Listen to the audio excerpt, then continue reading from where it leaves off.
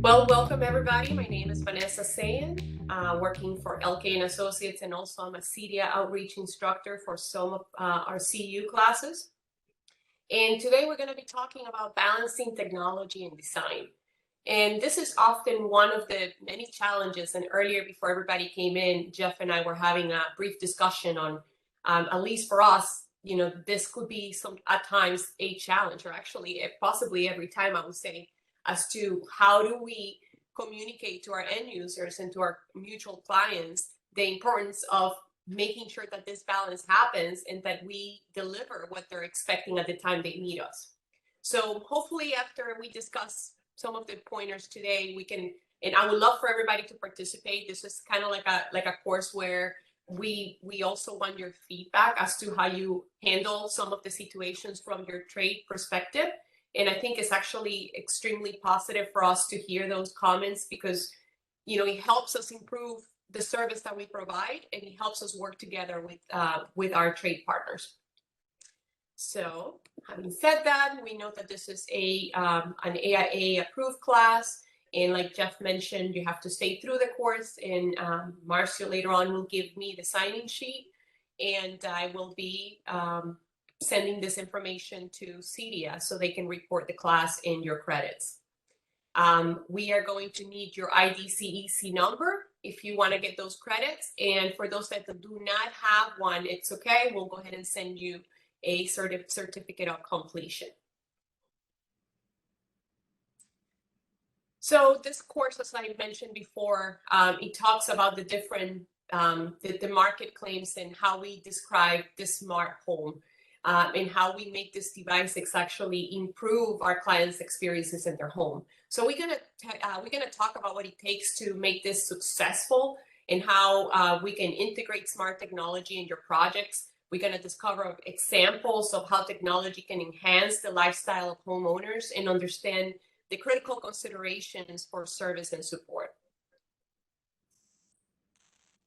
Some of the objectives on this course is to make sure that we do understand the type of systems technologies that we use, that our integrators use, define the systems integration and how it can benefit the homeowner, and properly identify the typical process for specifying technology in a project.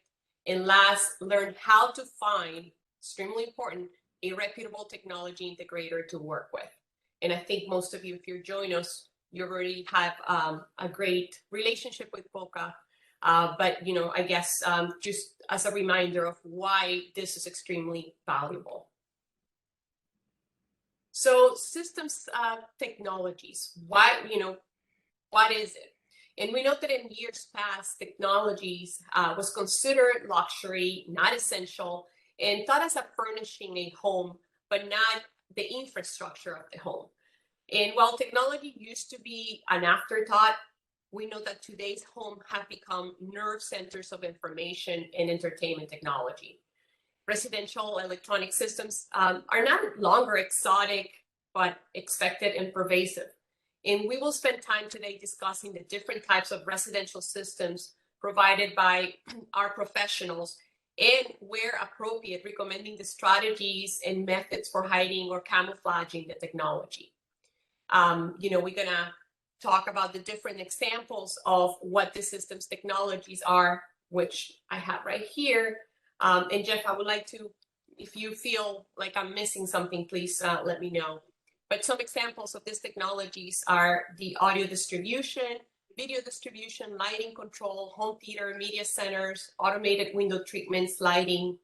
So just really quick here, audio distribution, right? Why do we describe that? So that's the concept of multi-audio room, and it's not a new one. Our members are increasingly finding, different ways of hide speakers. For example, using plastering options or speakers that are disguised as artwork or paint match so that they can blend into our surroundings. We have now speakers that can actually go behind wallpaper or different masonry work. We have paint. So, like the sky has become taller and taller when it comes to the options of disguising audio distribution. We also have video distribution. And that's the way people watch TV, right? That has changed considerably in the recent years, with the rise of on-demand service like Netflix.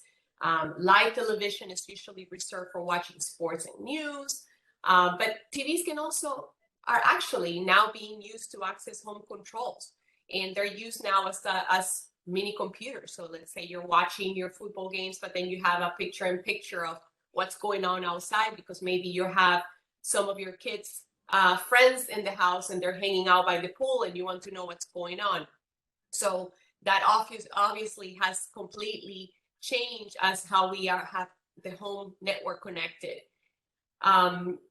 We have lighting control, which, this is probably, I would say, the most important modern technology in the home. As the range of lighting it's available now has expanded significantly, lighting control systems are now become a must-haves and not a nice-haves like we used to talk a few years ago. A reduction in manufacturers can be a reduction in the different wall acme and the different light switches. By having multiple circuits of lighting control from one keypad has become essential nowadays. And manufacturers now, there's many manufacturers that can offer us these different options for distinctive looks and different dimming protocols and whatnot. We also, with the new human-centric lighting, it is possible to emulate the change of colors and the sun throughout the day for wellness purposes. So lighting control systems have possibly become one of our very core services in our industry nowadays. We have home theater. Obviously the concept of home theater has changed, and while dedicated theaters rooms are still very popular, they do require a lot of planning when it comes to the acoustics, the positioning of the projector and the speakers, and also lighting incorporation into them. But now this rooms have changed to what we call often multi-purpose rooms, and we utilize different mechanisms to make the home theater experience to be a little more camouflage. So maybe now we're having a retractable screen, or we have a projector that drops down from the ceiling, and then now we're incorporating different lighting features or shades into the room, so we can watch TV during the day, and maybe it's a home theater later on, or during the day we lower those shades. Speaking of automated window treatments, blinds and shades are obviously, like I mentioned before in the example of the home theater, effective for both aesthetics and privacy reasons. And making sure that we wire them correctly is extremely important, and it's often very difficult to add blinds later. So that's why typically adding blinds from the beginning of the project is the easiest way. I'm not saying that it's impossible later on, but it's a little more challenging. And as we know, blinds can be incorporated with lighting so that they open and close when the homeowner's away, so we can simulate occupancy. Or maybe it's later in the afternoon, so we lower the shades and the lighting goes up. Then we have security, which is it's becoming an essential part of the modern home as well. The ability to view cameras while you're away from your home, maybe you're at work and maybe you want to have access to see the deliveries that you're receiving throughout the day. These are very, very simple requests, and first requests that we get, that our dealers get. And Cedia members go to one step further, integrating lighting and other features with the security system. So lighting systems can automatically simulate occupancy when the security system is enabled. And they also can do what they call trip wires that can trigger external lighting around the perimeter of the property. So, when end users are away, again, they can simulate that there's occupancy in the house. And cameras can be concealed by color matching of the surface and where they can be mounted. There's different type of products that are available for all this aesthetically as well. Phone systems, I think that became, and correct me if I'm wrong, we've talked before, Jeff, about this with you, and it has increased tremendously as well. I mean, with the working from home, a lot of people like just bringing phones back when we used to have our cell phone. Now I think, a lot of households have incorporated this type of systems, and specifically, for those that work from home. But I've also seen residences that they use for an internal communication system in their house. So I don't know if you have, I know we have had different webinars about this, Jeff, about products that you offer, and I'm sure you've seen the increase in demand for this type of products. Yeah, that has come full circle. I mean, it started out with wanting a good speakerphone for a home office, and then it kind of expanded a little bit into, a common phone, say for the gate to call, a lot of deliveries to the house these days, instead of, bugging someone's cell phone when really the package is for somebody else. How about ring the house line?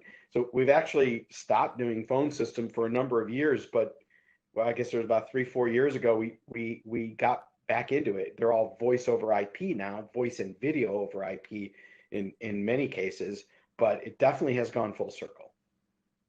Yeah. That we've seen that, simply in our office, the voice over IP was completely introduced, and it has changed the way we certainly do business. So I know for sure, the working from home has brought that back as well. Yeah. Another technology is gaming.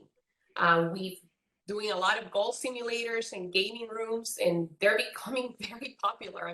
If you ask me, I'm designing once a week a golf system, although we don't sell the full spec of the products. We're specifying the projector and the screen and all this different variants in the gaming rooms. So, video gaming has become tremendously, it has grown a lot. And we do have a lot of demand for that. And their, products are finally catching up for, offering some video solutions for that, because these are serious gamers. And so there's been a lot of increase on those in the gaming room for sure.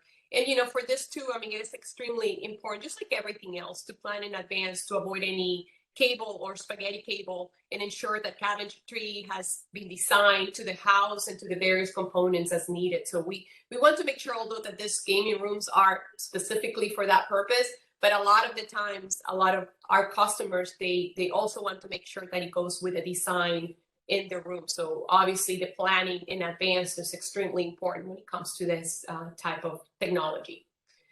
Then we have the pool and spa control systems that are always or often used to control the temperature, but also alert the homeowner when the maintenance is required. So we have that as well. We have landscaping control or irrigation control.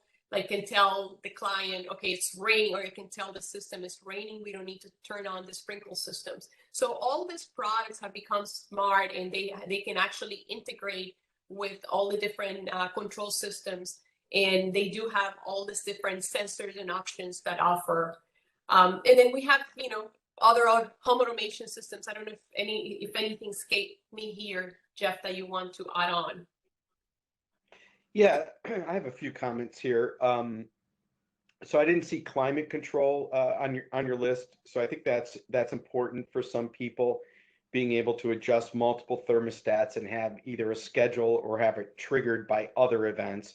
For example, the alarm could, on arm vacation, could do a setback mode, that type of thing, or arm night could maybe set it cooler in the sleeping area. So that's become, it's always been a category, but I think with the advent of consumer thermostats like Nest, I think more people are aware of it. There's a big category here that isn't mentioned, which is setting up the mechanical room, the closet, and then all of the pre-wire that goes behind it. So it's the infrastructure. I could say the same with networking, which wasn't specifically called out, but these kinds of underlying infrastructure are necessary for all these other things to work. Battery backups and clean energy, renewable energy has been a category that we've been involved in a while. And a lot of people think of generators as filling that need, but that doesn't really handle sort of all the cases. That's really for long-term outages, not for short-term, what we call micro outages, the standard stuff, the Florida flicker and flash stuff. Access control is another aspect of security. Being able to automatically lock and unlock a door, to do keyless entry, and whether that's a biometric entry or just a plain keypad or a key fob, that's been very popular these days. Landscape lighting is and I would say outdoor living in general is another category. And so there's landscape lighting, there's landscape audio, there's outdoor TVs, in some cases even outdoor projection systems. Bug screens is another outdoor, it's kind of like motorized window coverings on the inside. You know, we have motorized bug screens on the outside. And then also digital artwork is a category that seems to be coming up a lot. We've done a number of those systems lately. So that I would add that into the other, you know, really the sky's the limit with this stuff. But, you know, when you start thinking it through, really the role of the integrator is taking on a lot more of a footprint. Another good example of this is lighting.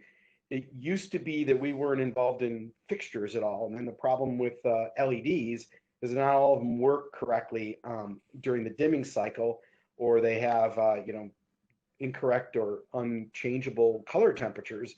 So there's been several companies, Lutron being the biggest one, that have announced that the CI channel is the only way to get certain types of lighting fixture products.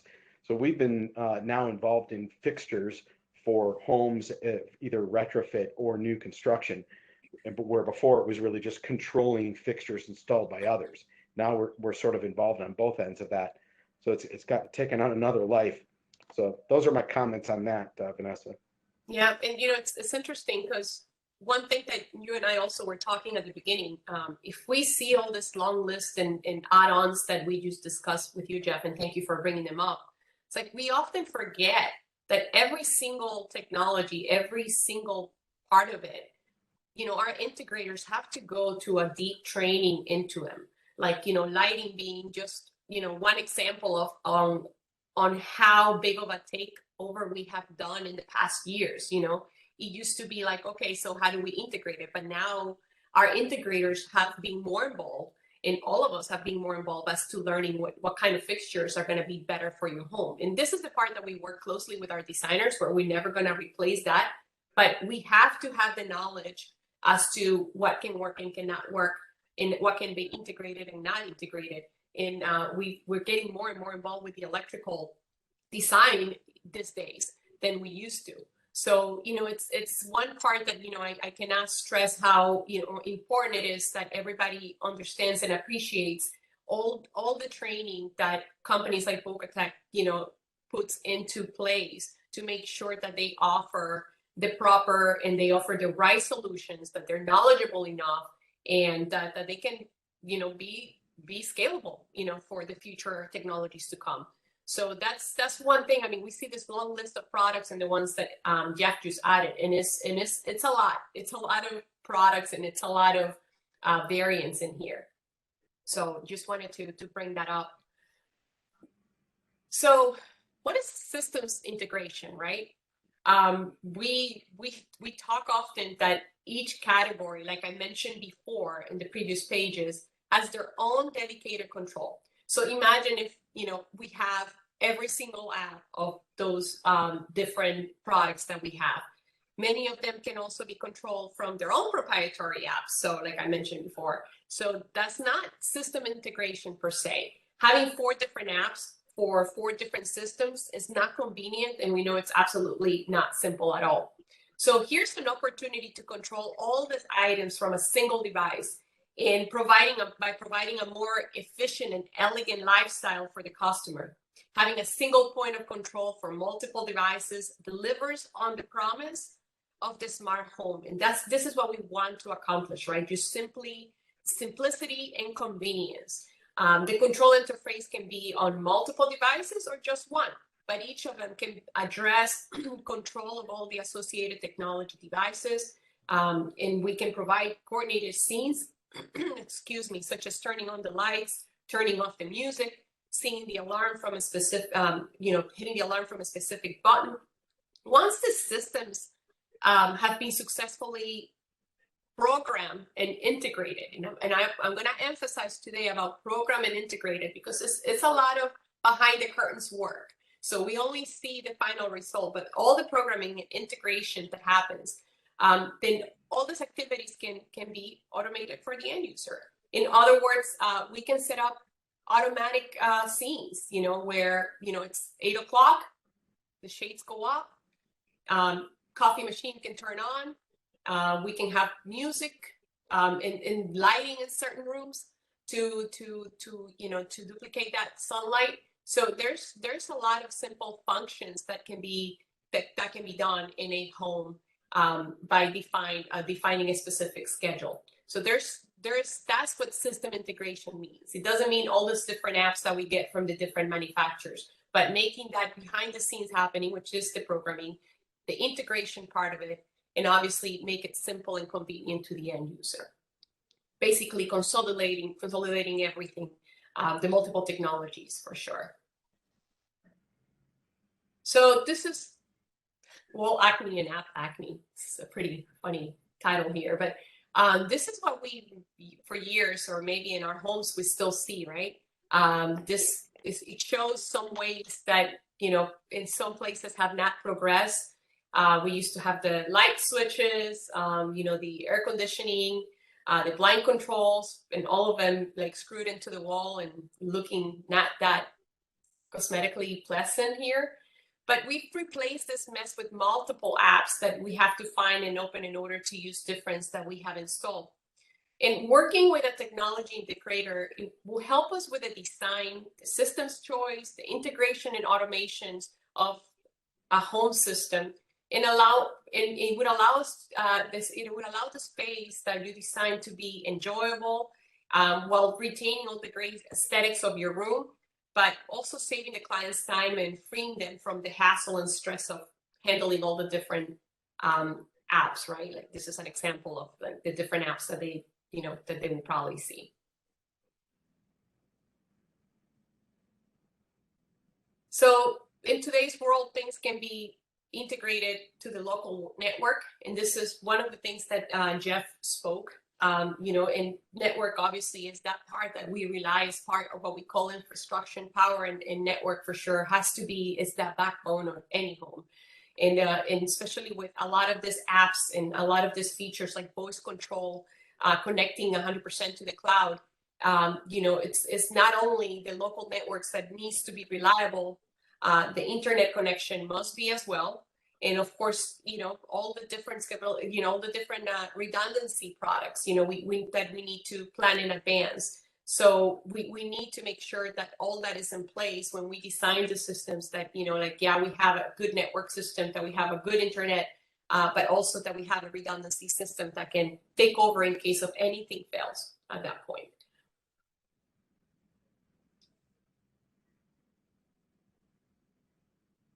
So here's, the different things that we do, that we think is important: the advanced planning, the design philosophy, and product selection. Those are the 3 items that we think are extremely important.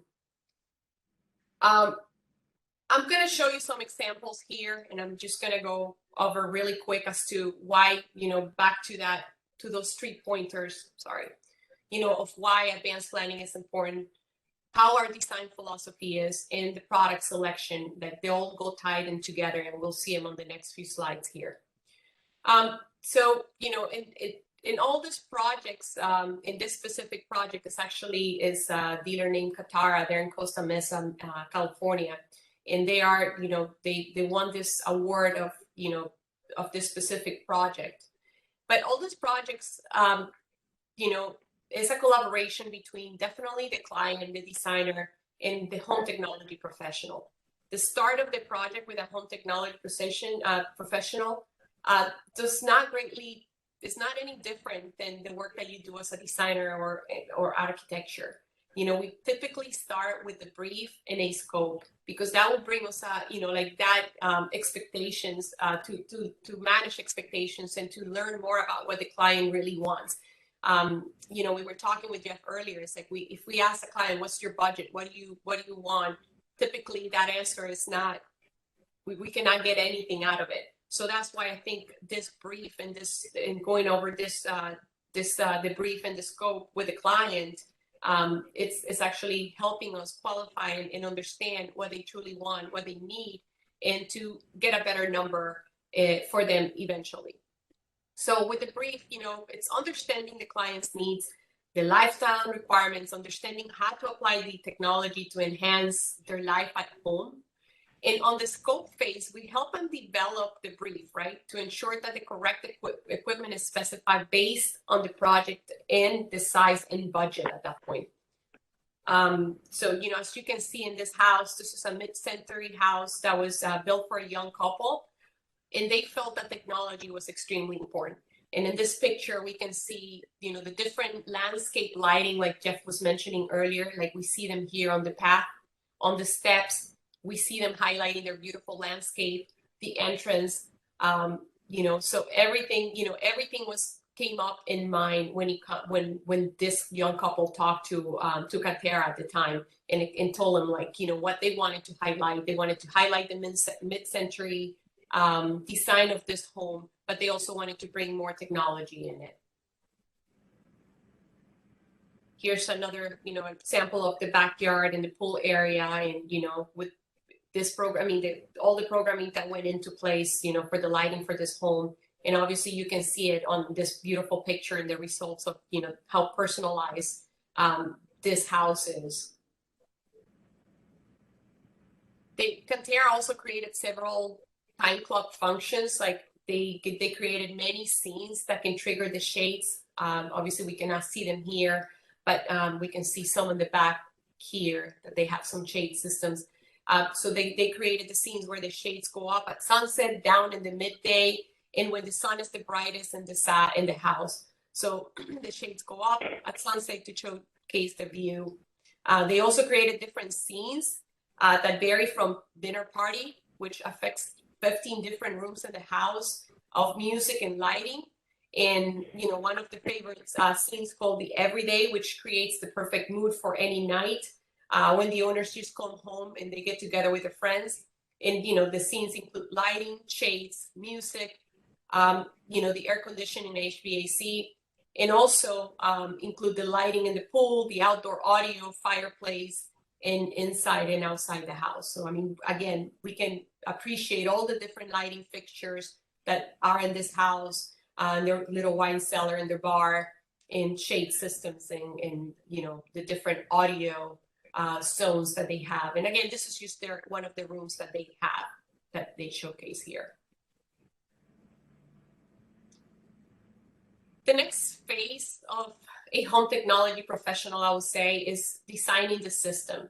And this is a different project. This is a home, a 21,000 square feet home in the Midwest. And, that shows us, all, the different aspects of that phase of this phase of designing the system. Like in this house specifically, one of the things that the client asked is scalability. That was extremely important for them. They wanted to make sure that this house that they purchased, it passes on to different to the future generations, and that everything can actually be future proof at least 5 years from, or 5 or 10 years from or beyond. This is a design by the Premier Group in Indiana, and obviously they did an amazing job. This is their bathroom, and here we can see the his and hers. There's a lot of planning. There's a lot of talking that needs to happen on a simple bathroom, like you guys know, like this. We have the positioning of the TVs. We have 2 mirror TVs here. So where are you going to be sitting or standing to be able to view those TVs? The height of the users are taking in consideration often, because we want to make sure that that's in that viewing area. In this case, on hers, we have the lighting here in the mirror. So when it's time for grooming, it's a lot easier.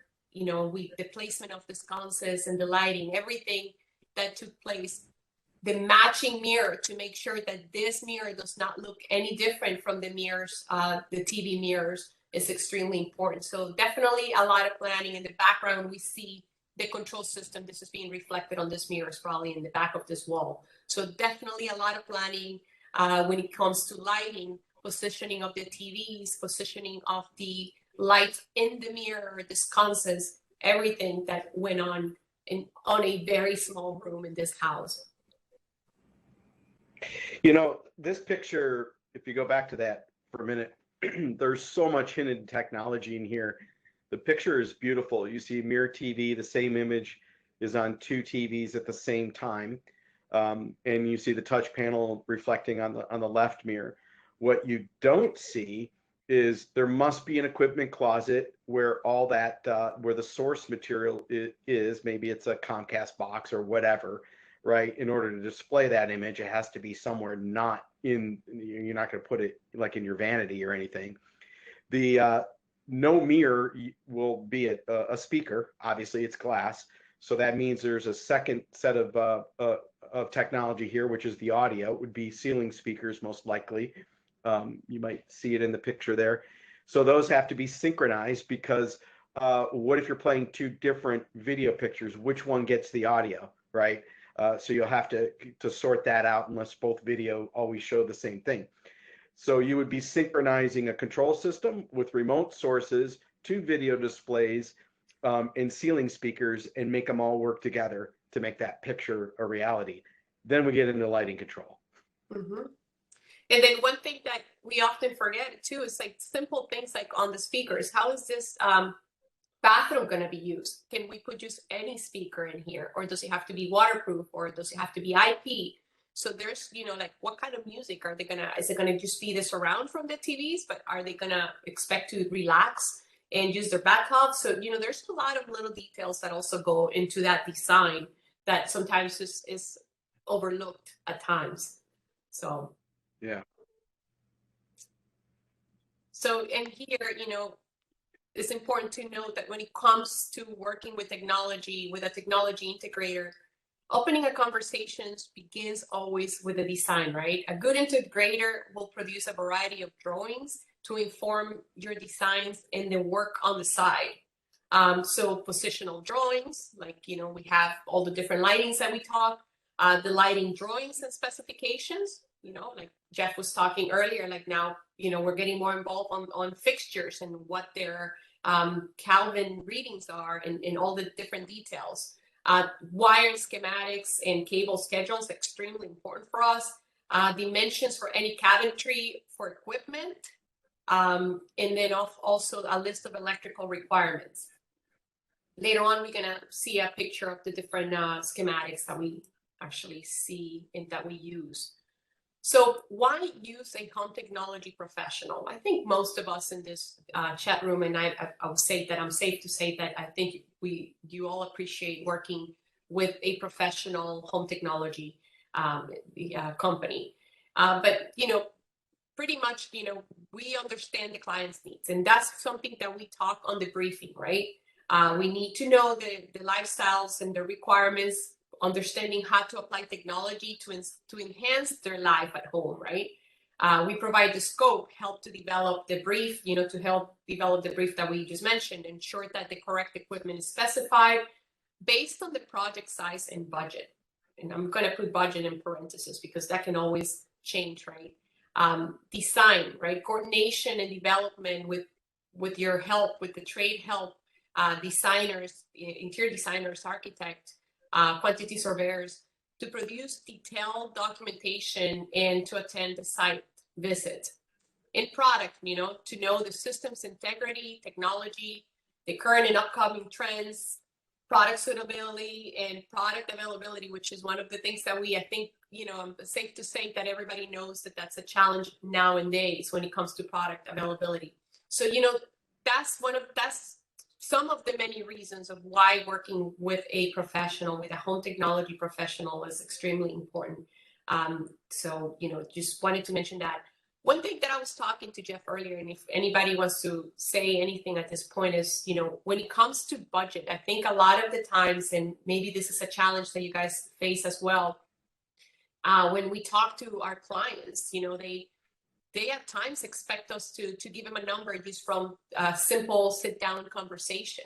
And that's a challenge for us. That's a challenge for our integrators because, you know, like as we see, this is not a cookie cutter product. This is not a cookie product service.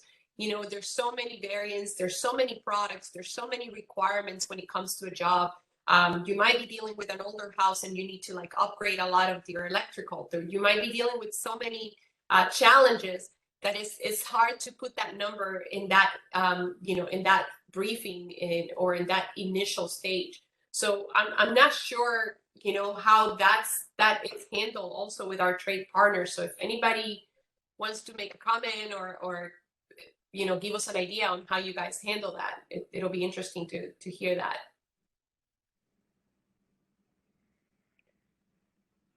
My 2 cents on this topic, because you're right, it's not only a moving target, but also really impossible. If you looked at that bathroom picture, well, how much does that cost, right? Well, you could add up the mirror TVs, get a number, maybe the fixtures in there, but there's all kinds of other technologies that you don't see that need to be there in order for those things to work. And you wouldn't really buy them just to do a mirror TV. That would be silly. Like whole house audio would have more than one zone in it, and you would have more than 2 mirror TVs in your whole house. So now you're really designing a lot more to get a price for one thing. So I'd like to layer this. Let's start out with the infrastructure. Let's get wires everywhere, whether it's fiber, copper, you know, what have you. Let's get wires everywhere in the house and not worry too much about, let's, you know, set a budget and try and meet that budget. You can take things out and add things in, but the wire costs what it costs. And then at that point, now you've got something that is static and you've taken one thing off the list. I'm not putting a TV somewhere where I didn't already plan a wire. So, but I don't have to put TVs, music, touch panels, etc., everywhere where I have a wire. So some could be for future expansion. So if you start knocking things off, lighting would be the second thing, shading would be the third thing. Make decisions on those things, take that out of the overall budget, and then start working away via process of elimination. One new thing that has come up, you mentioned, is voice. Boy, I hear voice mentioned, you know, voice control mentioned 2-3 times a day now, where, you know, just a few years ago, we were thinking it for navigation in your car, or Siri to, you know, look something up on the web. Now we want to control our houses with it. What this means in a modern voice controlled home is you have a microphone to place in every single room. Mm-hmm. That's so that when you walk in the room and you say lights on, it knows which room you're in and it knows what lights you're talking about. Same thing for anything else that you're controlling. It needs to be aware contextually of where you are in the home before it can begin operating. Otherwise, you're going to start trying to memorize these big, long keywords to identify things. And then you get to your command of what you want to actually do, turn it on or turn it off. So that's another thing to be planned out, and another wire to run, and another thing to make look pretty in the room. Absolutely. Yeah. And then, like you said, and then there's the hidden ones, right? Like the power, you know, the power and redundancy on the networks. You know, power is a big one for, especially for us here in Florida, you know, that sometimes we overlooked. And, you know, like one single storm with lighting can take off your whole system. So know that a generator is not going to work well for that, you know, because if he took some of your main components for your network system or for anything to work, nothing is going to work. So, you know, having a structural power and having that, it's actually something we don't see because it's not there. It's not like your lighting, it's not your shades, but it's a must in every house. And again, sometimes they're overseen and overlooked, and it's hard to give a scope of pricing, I would say, when it comes to something like that. All right. So, you know, when it comes to, you know, the design brief, you know, the document for the, you know, for the project, typically developed by, you know, by a person or the consultation for the client. So, you know, understanding and interpreting what the client wants is one of the most crucial roles in any project, I would say. You know, it's like what Jeff was just mentioning, like, you know, trying to make them understand, because they might say, okay, yes, I want, you know, but going back to the bathroom, I would like to have a TV in my bathroom. Okay, so where do you want that TV? It's like, and they're probably just thinking that they can just put a TV anywhere. And okay, is that going to be aesthetically pleasant when you walk in? So, and then we start like pretty much, going to all the different options that can happen. And then it takes you from the TV to the lighting, the positioning. Are you going to be using this for, applying for grooming, for what other purposes? And then that conversation starts opening up. And now it went from a TV to all these different products and variants. Now you're including a TV in the mirror. You have to make sure that they have matching mirrors so they all look uniform and they look great. You have the audio, all the infrastructure that goes behind it. So there's a lot of that parts that the client at times doesn't think of, but when we get to sit together, we are interpreting and taking them to the next level of what's needed in that specific job. And like at times technology is often thought as an afterthought, right? But asking the right question, the right probing questions can help make sure that the client takes an informed decision and it's made at the right time for the scope, right? So what is it that your client needs in their house? Those are critical questions that we need to ask, like, such a lighting, climate, and networking. So, we need to ask those questions, to luxuries like audio and video distribution and camera. So, Jeff talked about digital art. That has become huge recently as well. But then clients want them on a bigger screen TV. They don't want a 65-inch TV anymore. They want something that is larger than 120. So at that point, do we use a video wall? Do you want picture-in-picture when you're not looking at that digital artwork? What else are you going to be using that for? So, those luxuries have also grown. Personal protection through, like, so security and access control. Where do you need it? Which rooms do you need it, right? How many items and how much will it cost? So here goes the question, right? So then we go into the next step where it's like, are 2 speakers all right for the cinema? No. Where do you want to sit? How big of a room do we have? Can we fit 1 speaker in a smaller room? How many Wi-Fi points should I have home, or should I have in this house? And the whens, right? Now, what are the current products, the provisions for future upgrades, which is constantly changing in our industry. So, that's part of that scope, and making sure that, we manage expectations. And, every house is unique and it has different challenges. Each one of them has a set of technology requirements depending on the design and construction. And an integrator, when they do the job site visit, they actually get to learn that. Like we understand how the designs affect the technology requirements, that each of these homes is constructed differently. And they might have, different requirements, like for instance, for Wi-Fi, like, if you have a house with a lot of glass, where are you going to be positioning those WAPs? That's extremely important. That you're going to have a huge mirror wall that is going to affect your signal for your WAPs. So, like the cable infrastructure, what are we dealing here for? Where are we going to be running those cables? Can we put, do you want ceiling speakers here? I don't think this is going to work. So there's a lot of, requirements and challenges that happen on each different house brings a set of those. So that's why this is not a cookie cutter type of business, right? So here's a sample of that 21,000 square foot home in the Midwest that I showed you before, where the beautiful bathroom had. So this is a typical drawing of the detail drawing that our integrators, our professional integrators provide, right? It's everything, as you can see here, is in the details, and is in the result is definitely driven by the design. And even the calculations for where the outlets are placed, or the structure of the wall for the TV, which is important, or the video wall nowadays needs to mount, is important for the final result.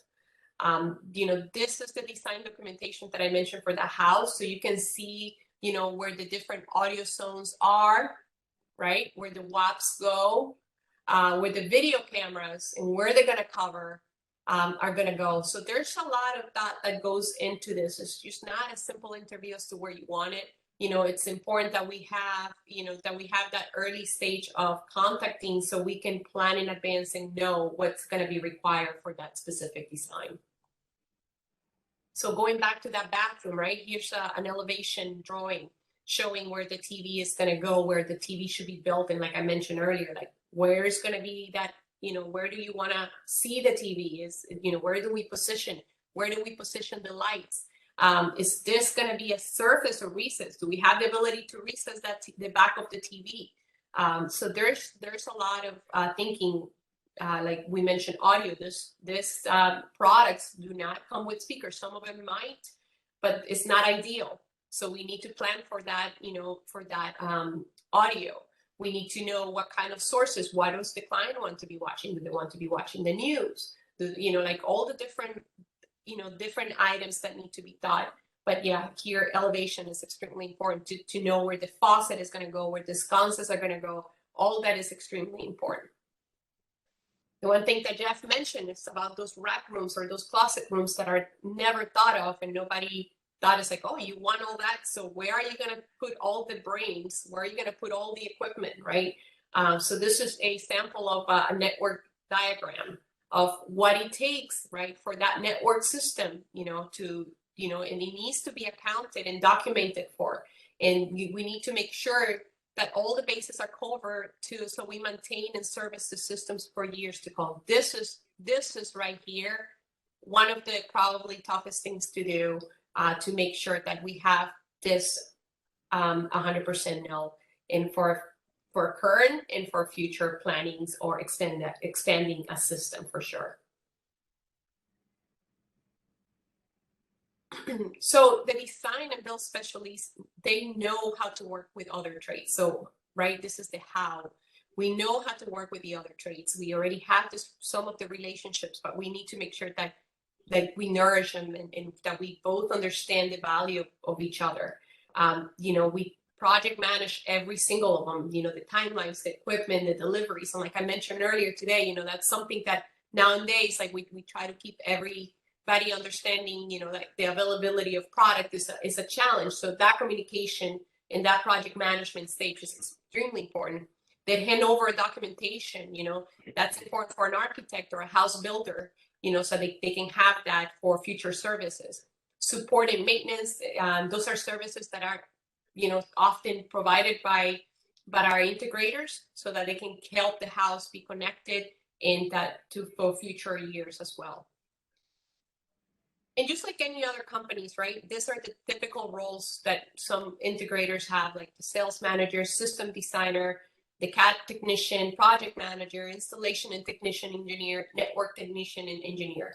All those guys, all of these guys have to go to a very deep training, not only by Cedia, but also understanding, the current technologies and the different values that we need to bring to the client. So each one of them have a set of skills that has to be approved by Cedia, that that needs to be local to our building community and electricians and whatnot. So they all different positions, they have to be constantly going to trainings and be up to speed with the different trends and technologies. And it's important that we get to work together at an early stage. I mean, we cannot emphasize that. The timing is the most important thing, because then we can plan in advance for product availability and for planning properly where the cables are going, where this closet room is going to be placed and whatnot. So how do you know you're working with the right person? What can you do to make sure that, that to ask for integrators to make sure that they're up to speed? Examples of their work, visit a completed project, ask for testimonials or references. That's always very important. Ask them for their discovery process with the homeowner. Examples of documentation is extremely important. For some budget examples, for their support and maintenance process, and the different, what differentiates them from other integrators in the market. And of course, extremely important that they're Cedia certified, because that ensures that they go through all the trainings that they have to in order to provide the proper service. So just to recap really quick here, I know we're getting closer to the closing time, but we need to make sure that we understand the types of system technology integrators can create. So we went through the different examples like lighting, landscaping control, outdoor living, audio and video distribution. We have a shade system. So those are the different technologies that we can help create. Define system integrations and how it can benefit the homeowner. Like we talk about how lighting, it's a big one, and how we can actually help them with wellness and make sure that, maybe they have different scenes throughout the day that can help them function better. Properly identify the typical process for specifying technology in a project, right? We have the briefing, the scope, making sure that everything is collected within those two processes and phases so we can deliver the proper product and expectations. And obviously, one of the most important things is learning how to find a reputable technology integrator to work with. And, just asking those credentials, asking for, previous works they've done, for drawings, examples of their drawings, and obviously that they are fully certified with Cedia. Any questions, anything, Jeff, that you would like to add? Any questions from our friends are welcome as well. Yeah, go back one slide, the very first bullet there. The visit a completed project is difficult.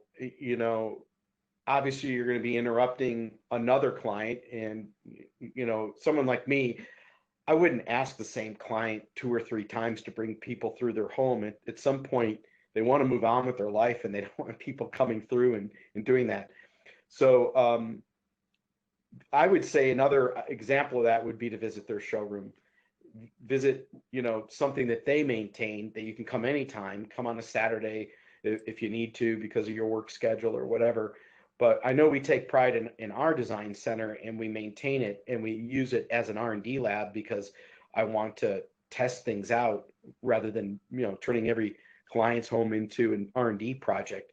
So that may be a way to be able to see a whole lot of different technologies at the same time without having to visit multiple job sites. And, a lot of times people just don't want that in their houses. Not the big ones, not the good ones, right?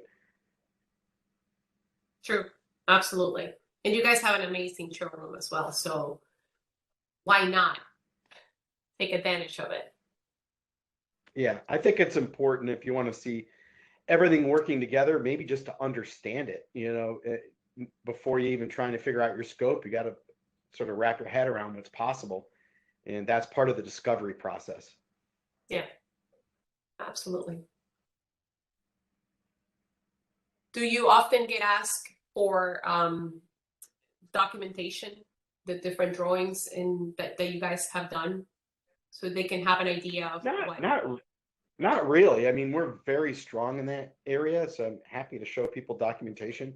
But I rarely get questions like that, at all.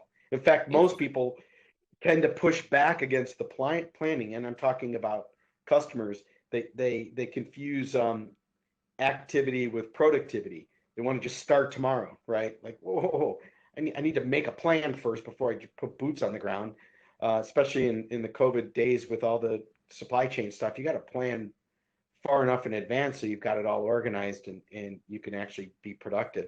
But I know that the planning stage is usually where clients lose interest and start thinking it's taking too long. It's because they just don't want to go through that process. It's painful, but it's completely necessary. Just like designing your house, you've got to make those decisions and get them on paper, and then everyone will be using that paper for the next 9 months as you're building your house. Yeah. No, and for the future too. Now you have something in paper that, if you want to do any adding ons or whatnot, now it's a lot easier than just, walking around the house and trying to figure it out. So yeah. Good. Yeah. Great. So Marcia, do we have any questions? I do. Yeah, we've got about 3 minutes. Go ahead. This is Wanda. I just want to ask a question. So for the client that's maybe can't long-term can only do it in phases. Is there a way in which you can implement some of the changes or some of the technology up front and then in the future prepare the space so that technology can be incorporated later? So for example, can you do just technology on the lighting? So if the critical factor is managing lighting for the client, and that would be within their budget parameters, would future needs such as automation of windows and that can be done after the project is completed? I know it's harder to do technology after you've completed installing the walls and closing them up than it is, up front. Yeah, you can definitely phase the projects. You have to be careful with the interdependencies. To your example with lighting requires a network component. That's how all of the processors talk to each other. So you could certainly say separate out motorized window coverings from that and plan for, during the infrastructure planning phase, go ahead and set your power supply boxes, run your circuit feeds, things that have to go inside the wall, and pre-wire to the window locations, because post-wiring windows is the hardest job ever because everything is on a block wall in Florida, right? It's not like you're going to get an inside wall. You're making a mess to do it. So you might as well do that during the planning stage, and then you can put manual shades up or put something temporary up and then evolve to that. So phasing is something that can be done if it's done correctly and carefully. But to a certain extent, you will have interdependencies in order to make that work that you have to be aware of. Okay. Well, since lighting is always such a critical factor, with older adults and remaining in their homes. So lighting, if that's the most important process that the client is basically interested in, then it could be done. How much planning do you have to do up front to manage lighting? Just basically to turn on the outside lights, to turn on the inside lights, or to make the lights go up, on and off at certain hours. So is that a complicated process? Well, there are 3 different approaches to lighting control these days. And each one has a different level of planning. In the simplest case, you could wire your house for conventional Home Depot switches on off and then use retrofit switches. You will not get rid of your wall acne, but you would save money in the sense that you could phase it in and put some smart switches in some areas and some in others, or whatever. So if all you wanted to do is control lighting and you did not care that you had 5-gang, 6-gang, 4-gang switch boxes, that would be one way to do it that would support that phasing idea. If you wanted to do a panelized approach where everything is hidden, then no, you have to do that during construction. And now we have the third one, which is where the technology is in the bulb, and that's somewhere in between. So it's not an easy answer, Wanda, to just sort of throw out. So you'd have to look at that particular situation and try and see how that would work and what kind of budget you're dealing with and how many switches and how many loads. And I mean, it's complicated. So you would have to figure that out in advance in order to phase it. So if we're looking at the older clients, the aging clients, and you're doing a remodel in their home so that you're upgrading it. So lighting always winds up being a major priority in safety. So really, that's a major component that is basically focused on during that process. But what you're saying is you could either do it integrated where it's coming from a one command center, or you can adapt it if it's already, you've got an existing space already built out and not in new construction. Yeah, exactly. I think you have to decide which of the 3 system topologies that you're going after, and then proceed accordingly. The least expensive way, and the way I would say a retrofit would occur in an aging in place kind of home, is I would do the retrofit switches that are RF, and I wouldn't attempt to rewire the house. Okay. Thank you. Yeah. Thank you, Wanda. Thank you. Okay, so we're about 3 minutes after noon. I think it's a good place to wrap it up. And I thank everybody for their time. And please feel free to reach out to us if you have other questions. We're always happy to talk with the design community. So thank you very much, and have a great day.